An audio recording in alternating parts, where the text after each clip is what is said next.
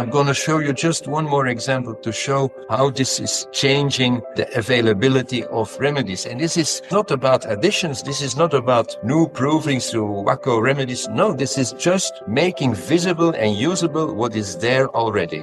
So the example I chosen is the chest pain was from inspiration. And if remedies are not copied to the sub-rubrics, you find 9. But you see there is this rubric under stitching with 12 remedies. And if you combine them, you copy them to the related sub-rubric, you have 18. You go from 9 to 18 remedies. If your patient says, I have pain in the heart from inspiration. If your patient says deep inspiration, originally, in Kent, even in the early versions of synthesis, you would only have these 3 remedies, okay? But in synthesis 9.2 and later on, you have 14 remedies because there are all these remedies hidden in the sub-rubrics, Kentian remedies, okay? Amel also has one more. So this is the thing we did with the descriptions of pain, which I believe for the past information, but even for all the information that has been added after we made this change, is really making available remedies in an optimal way to all homeopaths. And what would you say has been the hardest, if you think about the past 40 odd years of you doing this, or maybe specifically with synthesis, what's been the hardest part of all of that for you? Well, the hardest part was in the... Today, I have the immense honor of hosting Dr. Frederik Schroyens, who also featured on episode 121 and episode 212. I have so much respect for this incredible man who has been practicing homeopathy since before I was born. And since the 80s, he has been working on creating the synthesis repertory, which is something that I use in my clinic on a daily basis. To listen to somebody like him speak, all the work that he's done to continually improve the repertory, and it's now in its 13th edition, it's just unfathomable to think how many countless hours, how many sacrifices he's had to make so that we as homeopaths can have an easy-to-use tool to be able to help thousands of people all around the world. So for that, I just want to say thank you so much, Frederik. The homeopathic community owes you a massive, massive debt. And thank you so much for your time today. I also just want to say to the listeners, this is an episode that's probably better suited to the homeopaths, because if you're a home user, it's going to be a little bit confusing. And this is an episode that is quite good with the visuals, because Dr. Frederik does use a few visuals, and it is quite handy if you can see those. So go to rumble.com, type in Homeopathy Hangout podcast, and you'll see the episode come up. You can also find us on YouTube. I don't like to recommend them because they deleted my channel in July 2024, as most of you know by now. But you can find the channel on YouTube as well. So Homeopathy Hangout podcast, and you'll find Dr. Frederik Schroyens on there. Thank you so much for listening. Welcome to the Homeopathy Hangout podcast, where we discuss all things homeopathy from around the world. And now our mum and your host, Eugenie Kruger. Hello, homies, and a very warm welcome to Homeopathy Hangout, where today we get to hang out with our lovely return guest, Dr. Frederik Schroyens. Welcome to the show. Well, thank you very much, Eugenie. I have to tell you something interesting. Do you actually know that your previous episodes, I just went to go look them up before we started, and your first one was episode 121, and your second episode was 212. I didn't even plan that. That was total coincidence, but I thought that was quite nice synchronicity. So for our listeners, you can go listen back on episode 121 and episode 212 to learn more about Frederik.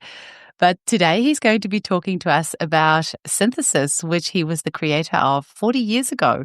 And I'm really excited for you to share more with us. He's also got a slide that he's sharing with us. So if you are on rumble.com, you can just watch the visual there. But for anyone on audio, if there's anything visual, I will just interpret it for you so you don't lose out on any of the good stuff. So the floor is yours, Frederik.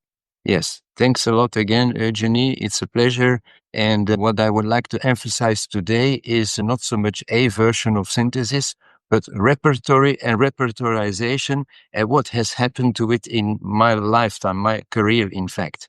And the one word that is coming up is digitalization, because there was a time there was no computer, and the time was even that people, or homeopaths, let's say, had a big aversion to computers getting into the hands or into the practices of the homeopaths. And with David Workington, I think I have been one of the major people making a little change to that. And how did that story start? By chance. By chance. Like all good Yes. stories. Yes. And so there was this person, you see the photograph. His name is Jean Fichefet. John in French. And he had a child with a recurrent tonsillitis. And you may know the story, we hear it so often. Tonsillitis gets too bad. So they say they need antibiotics. They take antibiotics, get really acute. But a few months, even a few weeks later, the story repeats. The tonsillitis gets too bad. Again, needs antibiotics, etc. So this was the story, the health story of his son. And he took advice. He went to see a homeopath in his city, a French-speaking city in Belgium, Namur, Namur. And that homeopath gave a remedy which not only cured the acute, but got him out of the cycle. No more recurrent tonsillitis. And the father and the mother, the family, they were all very happy with this result, unexpected result. Seems like a story we have known many times. Yeah. The only difference here, relevant difference, is that this person was a professor of mathematics at the Faculty of Computer Science. And he got intrigued so much by homeopathy. And he said, how are you working? What is these books you're using? The homeopath was using Kent's Repertory. And what are you doing with your fingers in between the pages? What is the repertorization process, etc.? And he said, I want to do something back. I want to give something back to the profession. It's very clear for me that if we digitalize this, there will be major advantages. And so he was one of the very first people on the planet who digitalized Kent's Repertory. And also then consequently created the digital repertorization. It was on a computer, which gave birth to radar in the mid-80s. I got involved into that from the beginning because I was president of the biggest education center in Belgium at the time. We had, in our first year, we had 220 students. And so he contacted me, and I have been giving him advice all along the time, all along his involvement. And Ex Libris is written there because he also started to digitalize Materia Medica and allowing word searches to find information in the books.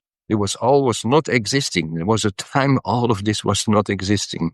What is Ex Libris? I haven't heard of that. Yeah, this is the first Materia Medica program. Okay. So we started with digitalizing, I think it was first Clark's dictionary and then Allen and Herring and Vericus Materia Medica. And so, yeah, you could word search in it, basic word search. Oh, but it was great. the first one. See? Yeah. Now, this is the digitalization. As I say, there was a time there was only a book. And the angle I would like to take now is if Kent would wake up from his coffin and he would say, what happened to my book? This is the first page of Kent's book where you see abandoned referring to forsaken, the famous first rubric abrupt with Natmur and Tarantula, the remedies, the degrees, etc. You know it. And this has been printed not tens of thousands of times, but hundreds of thousands of times, because some people have called this the Bible of homeopathy, because this is where you find the inspiration for a remedy, okay? Now, if we jump to the last version, printed version of Synthesis, this is the page you see. And there's a few striking things. First of all, of course, it's all much more dense because there is much more information put onto one page. And then you see, of course, you see here the rubric abrupt, the same rubric, but with many more remedies. Yeah. Okay, so the additions work. Okay. And in this rubric, you see, for example, here, the eagle, SRJ5, means Jeremy Sher's book on eagle. So it's referenced. Mm-hmm. Everything is referenced. Remember, here in Kent's Repertory, nothing is referenced. And so the referencing is one change I implemented from the beginning because I wanted to bring it on a scientific level.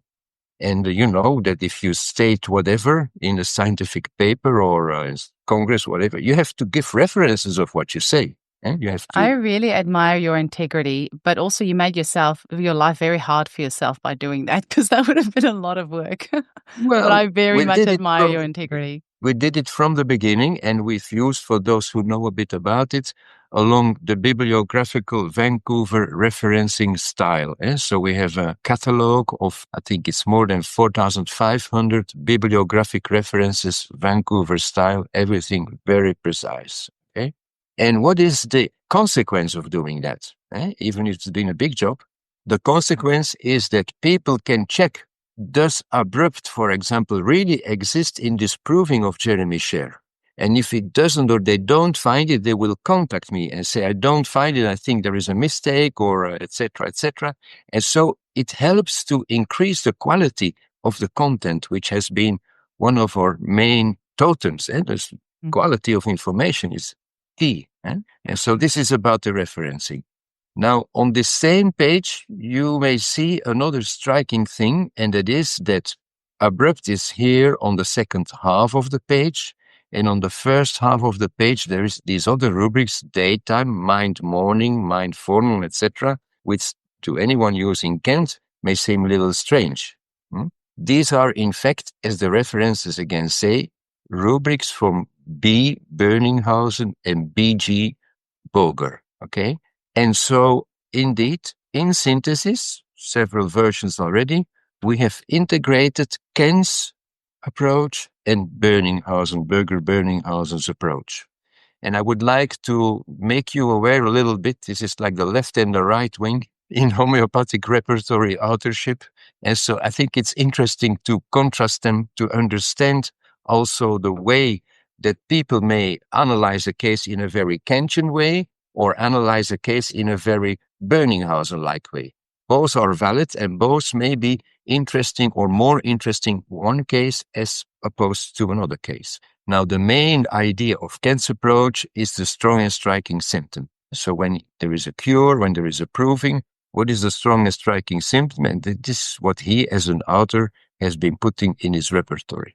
Be careful, don't call it a detail. I prefer to call it a specific symptom. And what is the difference? A detail is something that people say, oh, it's a detail, I'm not sure about it. A specific symptom, totally sure, because it's there again and again.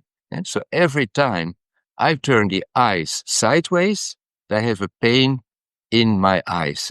This is a specific symptom. A detail would be, oh yeah, maybe I had it one time. Yeah. No, we're looking, and this is why I prefer strong and striking symptoms. Now, this is Kent's approach, and this is a symptom structured in his repertory. Böninghausen approach is much more generalized, some people like to say. I put a question mark there, and I'll explain you why. So in Böninghausen, we don't find these kind of specific symptoms. We find motion of the eyes, any motion of the eyes, more general, you see? Still not generalized.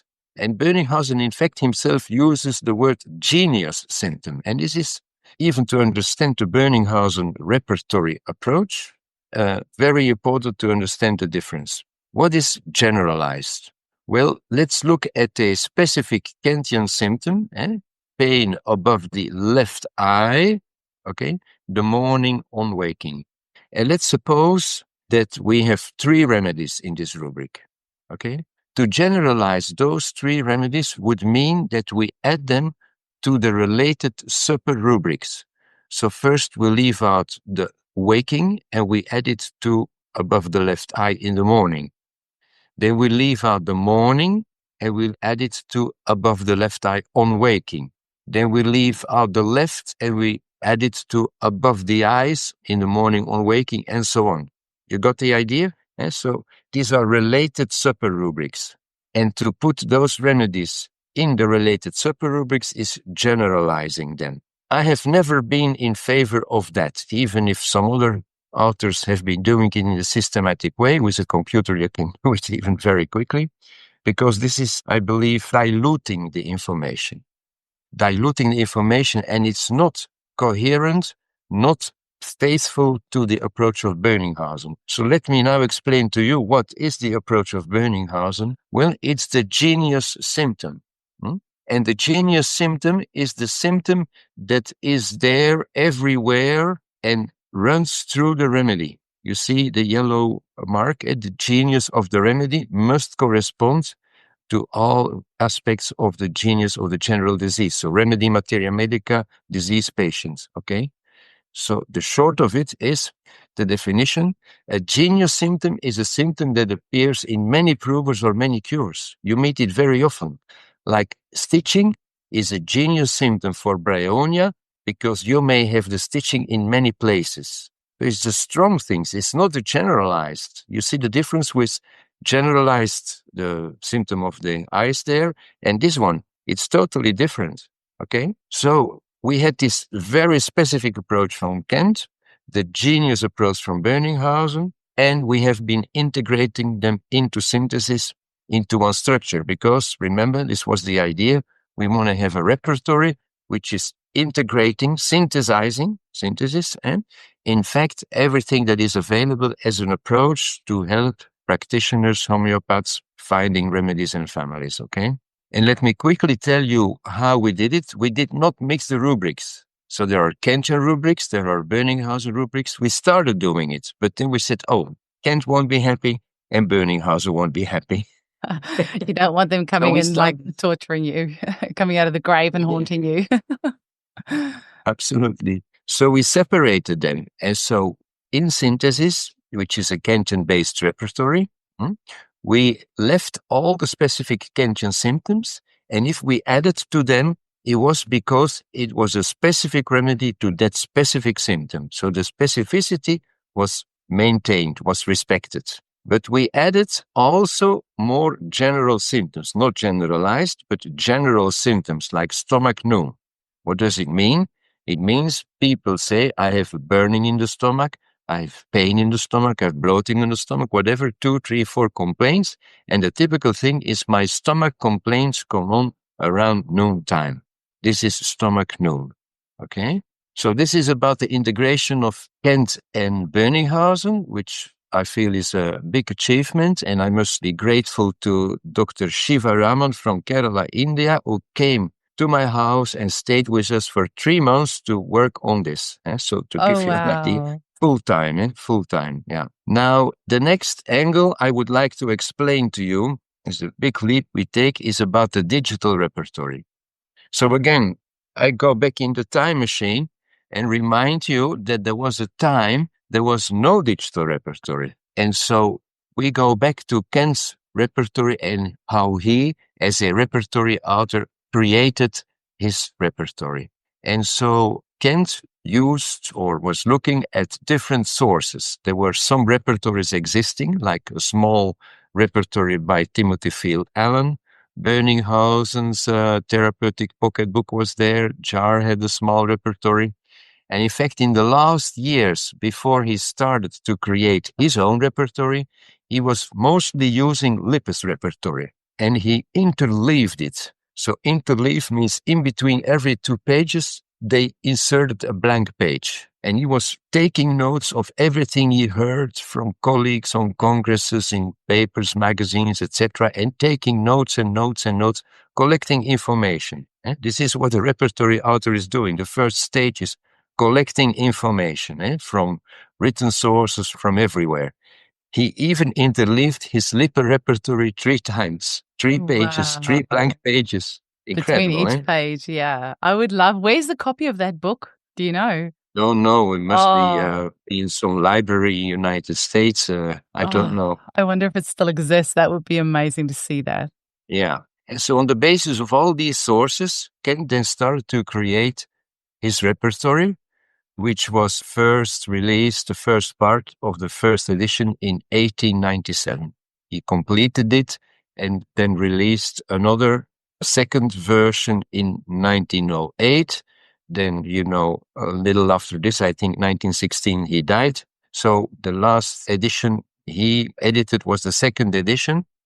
And you may know there is a whole story. Many people have been writing about it. But basically, the summary is that the 3rd, 4th, 5th, 5th, even 6th edition were no major changes. And some people say, oh, we found some additions from his writings. Oh, we will add a few things. And so basically, there was the first edition, the second edition, and then not much movement.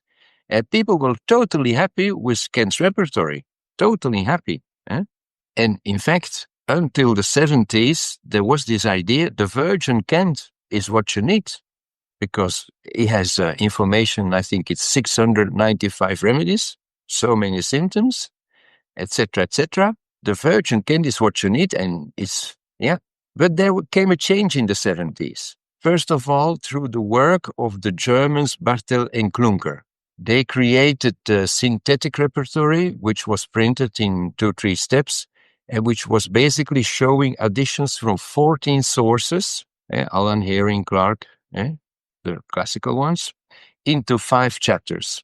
And many homeopaths were impressed because they saw, yeah, indeed, this remedy in this rubric, it's not in Kent and it's valid. Yeah, indeed, it's in Clark's dictionary, etc. A change happened. Oh, maybe we need to add something to Kent's repertory. And this was the time that I was born into homeopathy, when this was changing. And I've been using Kent's Repertory on my desk, and then the 3 books of Klunker also on my desk. So I had a big desk Wow. to look a mind symptom in this book and a general symptom in this book, and then a bladder symptom in Kent's book. Whatever. Wow, because was it like 78 that you graduated from homeopathy school? Hey, you did your medical practice before that for the... 78, yes. 78, wow. Yeah, so and then another guy, another homeopath came in, Kunzli from Switzerland, who did a similar thing, and he added information from 72 sources throughout all chapters in his Repertorium Generale. So in the 70s, it was changing, and so the basis of synthesis is Kent. So we basically digitalized Kent. You remember that, eh? And I still remember this conversation. It's one of these conversations you never forget. Is when all was done and people were happy and repertorizing, and it became like an interesting product for the community. He said, do you know, Frederik, this Kent repertory is just a database. In French, he said, Frederik, ce n'est qu'une banque de données. What did he mean? You can change anything to it. It's just on the computer. You can change and add and correct, and ce n'est qu'une banque de données. The book had become just something open, you see? And I accepted that invitation, and so we started to create the first version of synthesis, yes, which was an elaboration from Kent. Now, again, running through time, Kent. So what's the consequence of this invitation and this work? Well, Kent himself created his first repertory, released his first repertory in 1897. And the second in 1908. I released the first version of my synthesis in 1987. Do you see the yellow? Yeah, yeah. You were speaking about the game with numbers. Yes, I love numbers. You see it? I do. I love numbers. Every day on my phone when it's 11:11 or 1:11, I get so excited. I'm all about numbers. That's great. Yeah. And so there has been until 2022. We released the 13th version of synthesis, which is called Synthesis Adonis. And so from 87 to 22, there's 35 years. And then before releasing the first version and since releasing the last version, this is why I'm speaking now about 40 years of my involvement, you see. I don't think if I clap my hands, you will hear it. Can you hear it? This mic is the mic is pretty good, so it cuts out like other sounds. But this is me like just clapping hands for you, because the perseverance that it would have taken to consistently improve on your work over all these decades, I don't think anyone can comprehend what that must be. And I've said to you before we started recording, I was just hanging out with Carol Boyce in Bali, at our conference, and she was talking about her 40 plus years of all the work that she's done. And people like her and you are the types of people that I want to learn from and that I respect more than anything else, because you're not just a fly-by-nighter. You've been in the trenches. You've worked your butt off for our homeopathic community so that we have an incredible tool that we can use in our clinics. You've done such a good job, Frederik. Such a good job. Well, I'd be very happy to hear that. Well, I'm happy for all the hard work you've done. Also, you have given me a bit of a headache now, because in Synthesis Adonis, there's butterflies and there's crystals, and it's even like families and things like that, which it opens the world up so much more. And I've gone and re-repertorized my old cases with a new synthesis Adonis, and it's helped me to come up with all new remedies, which has been really helpful for Correct. cases that are stuck. It's been It's the incredible. goal. Yeah, Yeah. absolutely. Mm. Yeah. And this is exactly my next sentence. You are clairvoyant because you are predicting my next sentence. Because what is the main difference that we digitalized the repertory is that we were able to move ahead so much quicker. Just look at the figures. Kent created 2 editions of his repertory in 11 years. In those 35 years, with the help of many people, of course, I have released 13 editions. Amazing. So we've been able to integrate and make available to you and many other people so much more information in so much less time. Mm. I have to ask you, do you dream in like rubrics? Like, do you have like rubrics come up in your dreams? No. You don't? Do you think in rubrics? Actually, you sent me an email today and you actually sounded like Yoda because I was telling you about the power that's back on and you wrote, I read you, happy we are. And I'm like, oh my gosh, you sound like Yoda. You sound like you speak in a rubric. No, I have many ideas. I'm one of these people that the mind is quite active. And so when I wake up, I may have these inspirations to do certain things, but my dreams are happily not too much on the level of work. Okay, great. That's good. You need a break at some stage. Yeah, I need a break sometime. Yeah. Okay. So this is the same in figures. And the olive green to the left is Kent with 450,000 remedy occurrence, and the right block is the outer reference, just the same. So the remedies have increased about 3 times to the last version of Adonis, which is the blue to the right curve. And the outer references, because we reference a remedy even several times, if several authors confirm them. You see, this gives more confidence to that remedy in that rubric. It's about times 4, and I would say with all the other information we integrated into synthesis, I would say we are today probably at about times 5 the information of Kent. Okay? Yeah, just one other synthesis, I think 6 or 7, has been the first to have more than 2,000 remedies, document more than 2,000 remedies. With Adonis, we made the jump to document more than 3,000 remedies in one book. Amazing. Now, this was about the repertory, the impact, the fight, the quest to offer digital repertory, but there's also a lot to say about digital repertorization. And again, if I may, I will take you back in the time machine, the moment when there was only paper repertorization. And I've been there. This is how I started, okay? And many people did use Kent's way, one of Kent's ways. And this is what we call technically repertorization by elimination. So it means you have the story, and then you ask yourself, what are the strange, rare, and peculiar symptoms of this patient? And this needs some reflection. You'll understand why. Because you will take the remedies of one rubric and the second rubric and find out which are the common ones. In this example, which is taken from Kent's lesser writings, you have sheep dung and a strong craving for open air, which in Kent's repertory offers these 12 remedies as common. Okay? Then you go and look at the next rubric, no desire for stool many days, and 2 remedies are out. Occipital headache, which was the main complaint of this patient. 3 remedies are out. Just like this, adding, jarring, aggravates, etc., you go down and down, and eventually reaching one remedy, which is the one prescribed. Okay? This is repertorization by eliminating each time the remedies that are not present in the next rubric. Okay? Even if this is a practical way for those who can only use the paper, it's, apologize, dear James, a dangerous way. And I'll show you this. This is a real case of another patient, a patient of mine with a headache. Okay? So the 2 main symptoms, characteristic of strong odors and exposure to wind. You see that? And then there are some mentals and generals, okay? But this is the main thing. So if we would go the Kentian way, reflect a little bit, what is the way to enter the case? What are the 2 key symptoms to consider? We would say, oh, we have very specific, interesting, strong modalities of the headache, strong odors and wind. let's go and cross them. And then we would find aconite, you see here, aconite in common, and we would find nux vomica. But if we add and then we would go, as in the previous chart, we would go down and try to find out whether it's aconite or nux vomica most appropriate, okay? First of all, it's already quite limiting. It's only 2 remedies.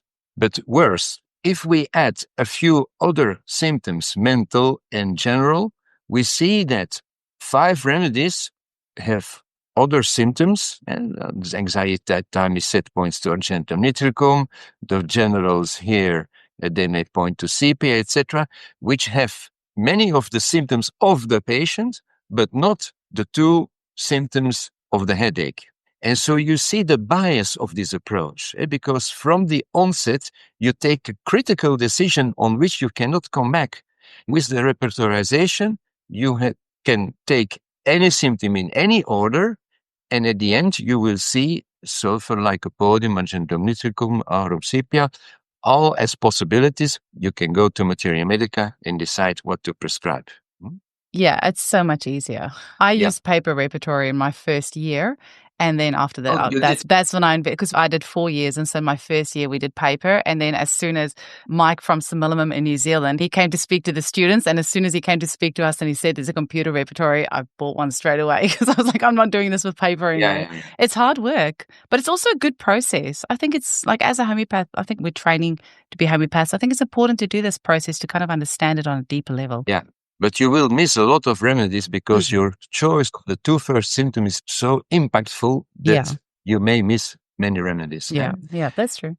Now, this is done in Synthesis Adonis, as you can see here, and it's a view, a Kent repertory view, because in Adonis, another thing, I will not elaborate too much on it, but we have created views. Everybody can look or use a part of Adonis, a view, according to their wishes. And even just Kent's repertory. So if Kent would have had my patients, he would have come up with these remedies as a possibility, okay? Going back to the first part of my lecture, we can also select Berger and Böninghausen as a view. And then, of course, you will only see the more general symptoms, not headache from strong odors, etc. But look, there is something striking. You see aurum lycopodium, sepia. You see that? If you go back here to the first, you see aurum lycopodium, sepia. So the Kentian approach with the specific symptoms and the Berger-Böninghausen approach with the general symptoms, they at least partially seem to offer the same remedies. Fascinating, no? Yeah, interesting. It's really good to see it laid out side by side like that. Yeah. Now we want to go from here. And so I told you there are repertory views. In fact, in Adonis, we have more than 20 repertory views. And one way of viewing them is having all the sources considered that are conservative, which, as you see, this repertorization frame is much more populated, even for the argentum nitricum. There are more symptoms that are covered than in the first repertorization. So it means we get more arguments, and lycopodium is even stronger now than argentum nitricum. And Lilium tigrinum, which we haven't seen, has come up as a possibility. You see? So when we expand the number of authors, in fact, the more remedies populate the rubrics, and in the repertorization frame, you see more remedies and confirmations in different symptoms for them. I didn't even know that that was an option. So you've got various authors in there that are more conservative. Yeah, there's a little window here.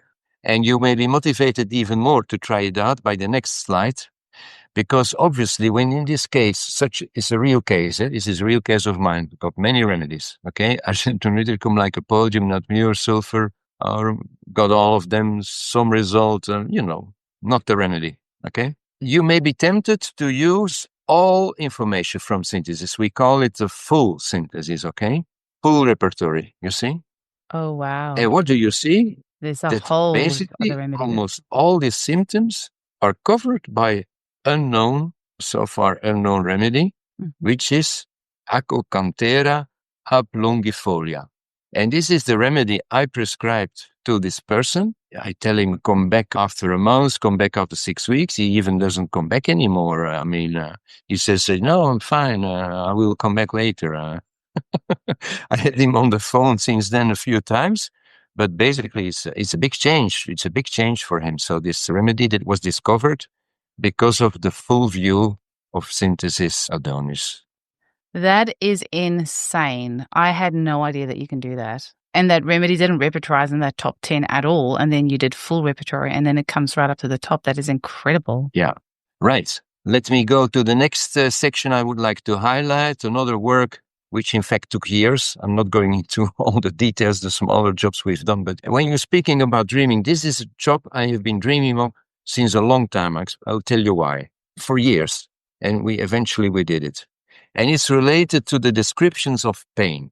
Now, the descriptions of pain, I will explain a little bit for everybody, so everybody is along with my way of thinking. So the structure of repertory basically is chapters along the head, eye, nose, chest, etc. You may know that Kent was an anatomopathologist, so one of his inventions was to structure the repertory along the anatomy. And then in each chapter, you have a vertical structure of symptoms. You will have eye pain at the left and right, the sides, the S, the times in the morning, the modality from the sunlight, the extension, the localization, and the description of pain is the last one. Eye pain, stitching. That's the description of pain. But you also have a horizontal structure of a symptom. So, and in this horizontal structure of a symptom, the description in Kent's way, he altered the repertory, always on level 3. I'll show you this symptom here. When there is a cutting pain in the head from cold air, cutting will always be on level 3, cutting or whatever other description of pain. Okay? Now, this I knew, and many people who know the repertory very well, is a limit, is another important limit. I'll explain you why and what we have done.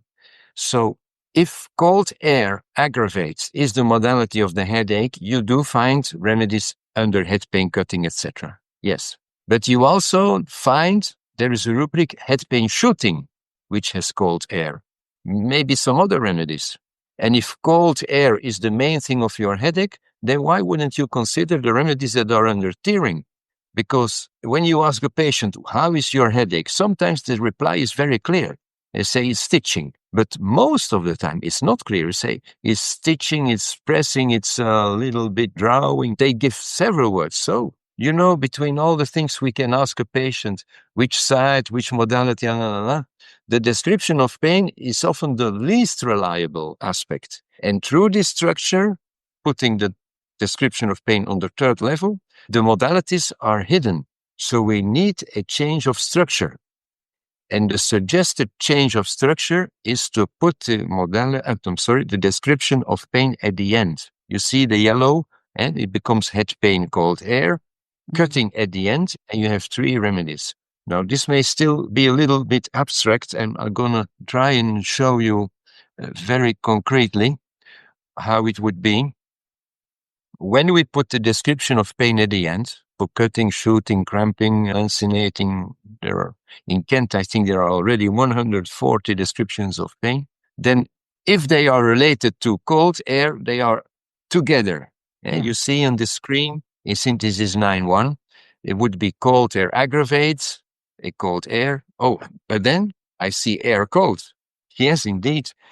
Sometimes Kent used cold air, and other rubrics he used air cold. So they're not together. So when we do this work, when we said, we want to change the structure of the repertory to put this information, to make it more easily available, we don't need to just put the description of pain in the end. We need to restructure all those levels, because otherwise synthesis 9.1 would be like totally confused, you see?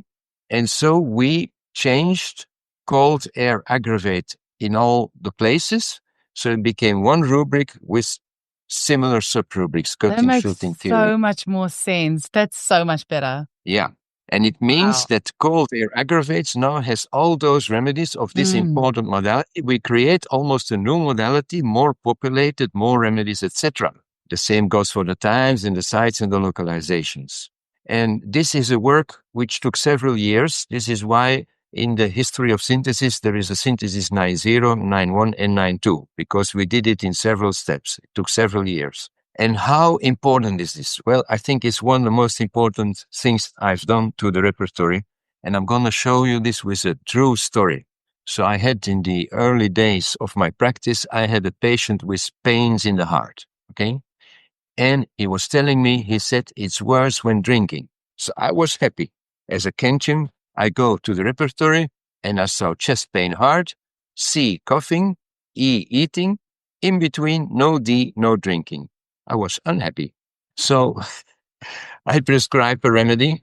I don't remember which one. The person, unfortunately, got a heart attack. Didn't die, but anyway, I was unhappy. And I thought, oh, I forgot something critical in this patient. Because at the time, me too, I had my Kent repertory interleaved, as you can see on this picture. Oh, that looks awesome. Yeah. And most of those interleaves were exactly like this, was extending the rubrics. This was in the chapter I, barely see it here, but it's the eye pain extending to the head, okay?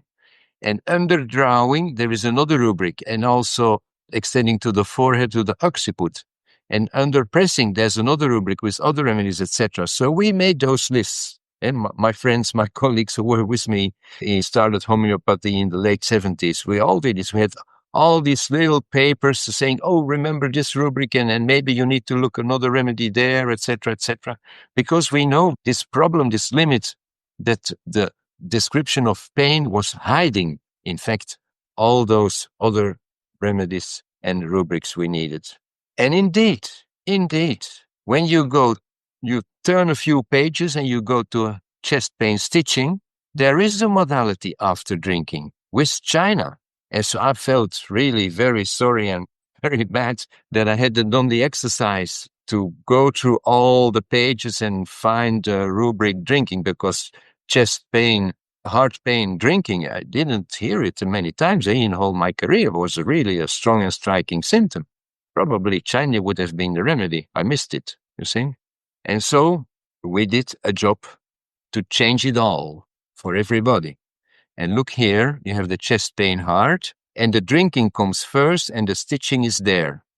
And the drinking is in between the cough, you see the cough from the first screen, and even the cough symptom, look here, has also a rubric at stitching with 3 remedies, Agaricus mesoreum nat mur, which is different from the only tarantula remedy. So you expand the pain in the heart when it's aggravated from cough. And the eating, the same. You say 6 remedies, but look here, there is asparagus, which is not in the main rubric. So we said we have to do it all through the repertory. We first did it for all the pain sections and then eventually for the whole repertory. And I'm going to show you just one more example to show how this is changing the availability of remedies. And this is not about additions. This is not about new provings through wacko remedies. No, this is just making visible and usable what is there already. So the example I chosen is the chest pain was from inspiration. And if remedies are not copied to the sub-rubrics, you find 9. But you see, there is this rubric under stitching with 12 remedies.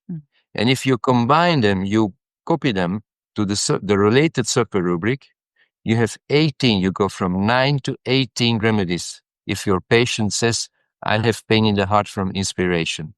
If your patient says deep inspiration, originally in Kent, even in the early versions of synthesis, you would only have these 3 remedies, okay? But in synthesis 9.2 and later on, you have 14 remedies, because there are all these remedies hidden in the sub-rubrics, Kentian remedies, okay? Amel also has one more. So this is the thing we did with the descriptions of pain, which I believe for the past information, but even for all the information that has been added after we made this change, is really making available remedies in an optimal way to all homeopaths. And, Frederik, when you say this, and no offense to Ken, because he did a great job already, and he couldn't have done all of this in his lifetime, I'm sure, but It makes so much sense what you've done to put the quality of the pain towards the end, because how easy was that to miss that? And exactly what you said about the way that people describe pain, like it can be exactly the same type of pain, not that we'll ever really know because you can't know how other person experiences, but they'll use a different word. And then we'll miss a really good rubric because the pain is the thing that we're repertorizing. So what you've done is revolutionary, but yet so simple and common sense. Yeah. Great job. Great job. And I also just want to say, I really appreciate understanding the behind the scenes of the work that goes into creating something like this, because there's a whole, there's so much work that goes into this. And for us to understand why the changes were made, I think it's very important for us as a profession, not just to use the tool and think this is it, but to know where it came from and the logic that went behind doing this. And I absolutely Yes. loved my interview with Roger Morrison as well, because he explained why he did his clinical materia medica the way that he did, where he took that from, how he referenced the reasons behind what he did. And that's what I want to know. I want to know, if you've made that decision, why did you do it? Why is it in there? But I'm also an Aries. And so my mum apparently had a very hard time with me when I was a little girl because I would not do anything she said. Then she found an astrology book, and it said in there that apparently you have to explain to Aries girls why they have to do anything. And ever since then, apparently it wasn't an issue. So for me, you have to explain to me why you've done that, and then I'm happy. So Right. what you're sharing here for me is gold, because I will never look at synthesis it's the same ever again, because every time I use it now, I'll understand the reasoning behind why you've done what you've done, and it makes so Yeah. much sense. So thank you. Have you got Yeah. some Yeah. more And examples for us? no, I will still have one more chapter. Okay. The one thing I would like to repeat, in fact, and emphasize is that in order to use the result, the fruit of our labor, people don't have to do anything. They just take chest pain, heart, inspiration, aggravate, and they have the remedies. Everything has been done, prepared. Amazing. We Yeah, got it handed on a platter. exactly. All right. So the last section I would like to explain a few things about, because we've done, again, many things, is about families. And the development of families, even if it was mentioned even by Kent, to do some family thinking when analyzing a case, has taken a big leap in the late 80s and so on. And of course, a repertory is a reflection of what is alive, what is living in the community. So we had to follow suit and to go along and make changes. And this is also, as an author of the repertory, one of the things in which I have invested a lot. And I'm going to give you more or less two ideas. So first of all, speaking about repertorization and switching sometimes repertorization, now I'll speak again about repertorization. You can add a family, and adding a family in the meaning of the homeopathic family, because a family has a very specific meaning in taxonomy, a certain level on the taxonomical tree. Family homeopathically is different from this because it means a group of remedies that is belonging together for a reason. And so all the levels of the taxonomical tree, for example, also a class and order, are families homeopathically. And one other family that is very useful in the homeopathic approach is the family of related remedies. So for each remedy, you have the remedies that follow well, or complementary remedies and similars, etc. And I've done already some years ago a book by collating again many sources, etc., and creating this little repertory on related remedies. And I'm going to show you now how this can be used. And first of all, I would like to define a little bit these words, because different authors use different words for the same thing. It's sometimes quite confusing. And the one way to think about related remedies is to reply to the question, what did the first remedy do? The first remedy you gave. And there are only three possibilities. The first one, you gave a remedy and it didn't act. Possibly even in different potencies, it didn't act. So this means the patient looks like pulsatilla, but you need to give silica. So silica is a similar, some authors say, collateral of pulsatilla. Okay. The second choice is the remedy did act and did improve the patient, and maybe for a longer time, but not anymore. In this situation, some road has been traveled, but you need a complementary remedy to go on and improve the health of the patients further on. Some authors call it a compatible remedy. Same idea. And then there are two ways to look at this. You have the remedy that has acted and the next remedy that will act. And you can say this remedy is followed well by, or this remedy follows well. You have follow well by and follows well. It's just back and forth and back. And the third possibility, if you give a remedy, is that it acted wrongly. It causes some problems, so aggravation, some new symptoms. The patient doesn't feel okay, and then we need an antidote. So these are the three categories, in fact. And again, I will take the same case here. You remember the headache with the odors and the wind exposure? And remember, it looked like Argenitum nitricum was given. And so one way to use these families would be that in this repertorization, you say, oh, can I add the family of remedies that are similar to Argentum nitricum? You see? And it's just like adding a symptom. And you see here that aurum and not mure, and then the lower degree, lycopodium, arsenicum, etc., are coming up as the major possibilities to reflect for these patients. But you have given most of those remedies, and this repertorization doesn't satisfy you, doesn't inspire you. And so you think, you know very well, a case that doesn't evolve, that seems to be blocked, etc. Then we ask ourselves, would the nosodes come in? Well, nosodes are just another family. It's a group of symptoms that belong because they are disease-related, nosos, Greek. And so you can add to the repertorization not only one family, but a second family, like the nosodes family. And then you see that very clearly, carcinosinum is the nosode that comes up as the most appropriate one for this patient. I didn't know you could do that either. That is so cool. Yeah, this is a way to play around with the repertorization by adding families, and that we can repertorize in a digital way. I used to repertorize for a constitutional remedy on paper. It took me half an hour to 45 minutes. Now I can look for a constitutional remedy and do 5 repertorizations in different ways in a few minutes, until I am satisfied with the suggestion. Amazing. The second idea that came into the synthesis, etc., is the families in rubrics, which means we added a family to a rubric. Kantian Repertory, the idea is a symptom with remedies. Now, in the last version of Synthesis Donus, we have still symptom with remedies, but also families. And so in jealousy, you will find lachesis, but also all the snakes. Because all the snakes tend to be jealous. And I know some people like families a lot.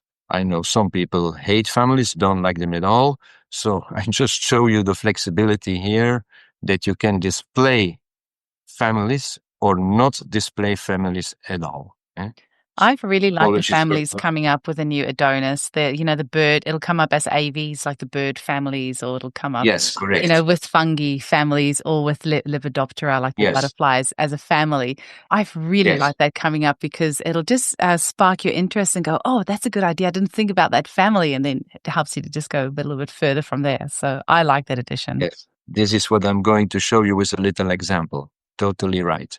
So first I show the screen how it looks like with a family. The families are here with a gray background. You see, phlegmatic, serious 3, etc. 56 remedies with ailments from discords. But you can as well use synthesis without those families. It becomes 52, because there is 4 remedies, family remedies less. Okay? And then the example here, it's just like you can look at the repertorization in many ways. So if you are convinced that your patient is a plant remedy, then you choose this view, and you see the view here, only plants, and then in this rubric, you will see only plant remedies. Okay? That function I have used a few times. That one's really handy. Right. Now, here is another case, a real case, with someone with gastrointestinal problems, esophagitis, etc., is a strong, outspoken person. Okay? These are the symptoms, the regular symptoms I've taken, you see? Just, I would say, a pretty straightforward repertorization of a case. There is nothing special. Yes, there is something special. There is something special because of the sepia, which is maybe the obvious remedy you would think about with repertorization. You had another number of choices, but you also see here Aves, the one you just mentioned, with a little asterisk. And the asterisk means this is a family. So your repertorization does not only contain remedies, but also a family. And what is the suggestion? What is the new idea of repertorization because of families being included in synthesis? Well, if a family appears in your repertorization, you consider if there are birds, Aves is birds indeed, in your repertorization. And Falco here, Falco peregrinus is in the falcon, is a bird and covers indeed quite some symptoms of your case. So please go and study Falco peregrinus for these patients. And this approach, again, is, you said, serve it on a platter. It is to serve the family idea or finding a remedy, including family thinking in the usual way, because anybody is taking the symptoms the usual way. Patient says this and this and this, you reflect, you hierarchize, of course, hierarchy, but you just take the symptoms as always. There's no magic needed. Yeah, maybe a little suggestion, if I may. It may be interesting to put the mind symptoms in one clipboard, to only repertorize the mind symptoms. Why? Because when we added the family symptoms to the repertory, it was mostly mind symptoms. So if you repertorize only the mind symptoms, you will find the family more easily. And look here, these are the mind symptoms of the previous case. You see the Aves bang stands out without any doubt. Okay?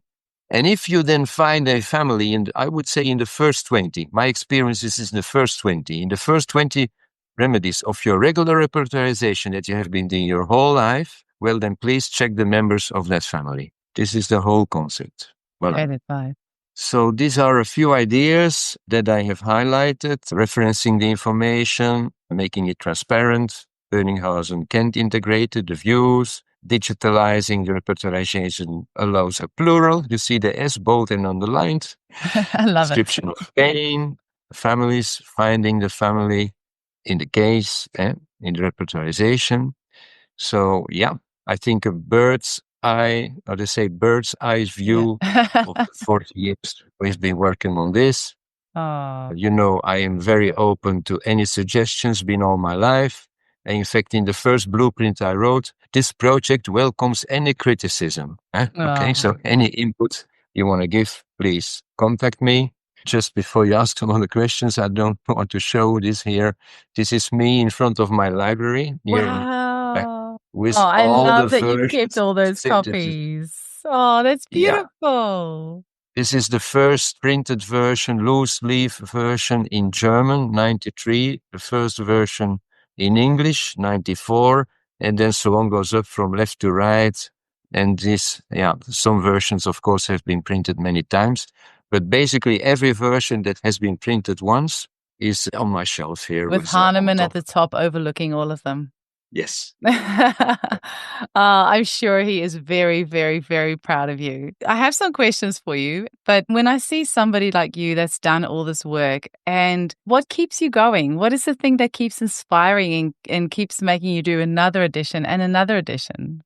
Well, a few things. The first thing is that I was fortunate to have a lot of energy my whole life. Even now, I can work. Well, I stopped working because... But I used to work late hours, and I've been working until a few years ago. I can say I worked 40 weekends on 52 a year. Wow. And I happen to know via Facebook that you just had your, was it 45th wedding anniversary? So your wife hasn't left you despite working all those weekends. Yeah, that's true. That's true. And my children too miss me sometimes, but it's okay. But then, okay, besides having the possibility of doing the job, which I'm most grateful elsewise, there is also this sudden realization I can make a change, you see? And then with all these people that got involved into the project, in the happy days of homeopathy, as I like to call them, and the 80s, etc., our team, the team that was working with me was 120 people. 120.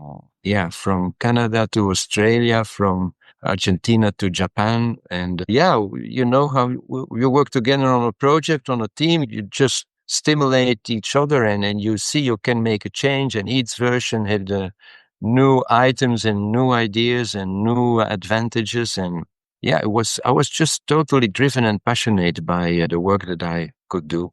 Amazing. And what would you say has been the hardest, if you think about the past 40 odd years of you doing this? Or maybe specifically with synthesis, what's been the hardest part of all of that for you? Well, the hardest part was in the beginning, do you know? Mm. Because in the beginning, there was this atmosphere where most of the homeopaths would say computer and homeopathy, no. Homeopathy is art and science, and art is surely not computers. Even the science is not computers, and stay out. I've been rejected from presenting at congresses because I wanted to show how the computer repertorization worked. Do you believe this? It's crazy. Crazy. Yeah. I had to fight my way through. And this is why I like to mention David Warburton again, because I know also he has had a hard time and a fight to make people understand that the computer was not a devil, but an ally to improve repertorization and find remedies, etc. So in the beginning, those first years, I had some anecdotes which I won't mention, but slowly people started accepting that computer repertorization and computer repertories were used. But in the beginning, it was like the devil. Wow. It feels like there's like a little bit of a parallel now between the 80s and 90s, because you said about the happy days of homeopathy. I believe the happy days of homeopathy are here now. And we are, like homeopathy, I think in Belgium, it sounds like it's not going so great, because I think Anna Vivak was saying that her school closed down. But certainly down under, homeopathy is rocking. So, Really? so I think the happy days are back. But we're having a similar thing at the moment with AI and homeopathy. And some homeopaths are getting really worried that, their jobs will be taken by AI. What are your thoughts? I think if people or patients even would really rely on AI to find a homeopathic remedy, you need to be able to steer the jumbo jet to get anywhere.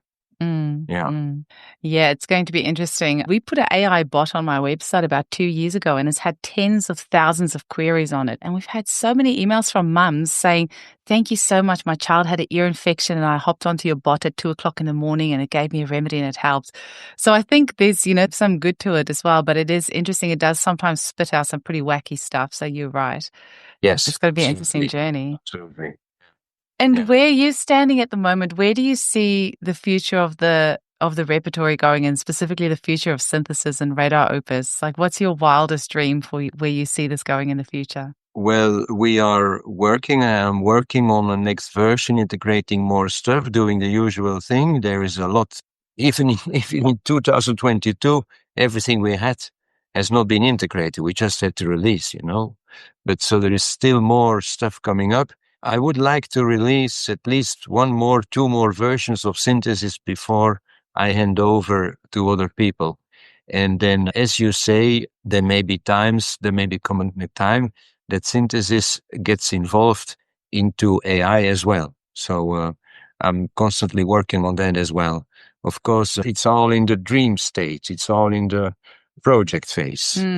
Any final words that you want to share with us, Frederik? Yeah. The main thing I would like to ask is if anybody is inspired by what I say or has ideas or information they would like to share, especially on the level of synthesis, which is my main brainchild, I believe. Please contact me and write to me, send me the information, the suggestions, as again, corrections you believe there must be made. We will verify them, etc., etc. So, please come in and help us improve in the next version of synthesis. That's amazing. I almost can't imagine that it can possibly be improved. But if anyone can think of a way, do get in touch with Frederik. Yeah, sure. Thank you so much for your time. It's always such a delight speaking with you. And from my whole heart, thank you so much for the work that you've done, because I could not do my job if it wasn't for synthesis in my clinic on a daily basis. So thank you. That's a fantastic encouragement. Chat soon. Bye.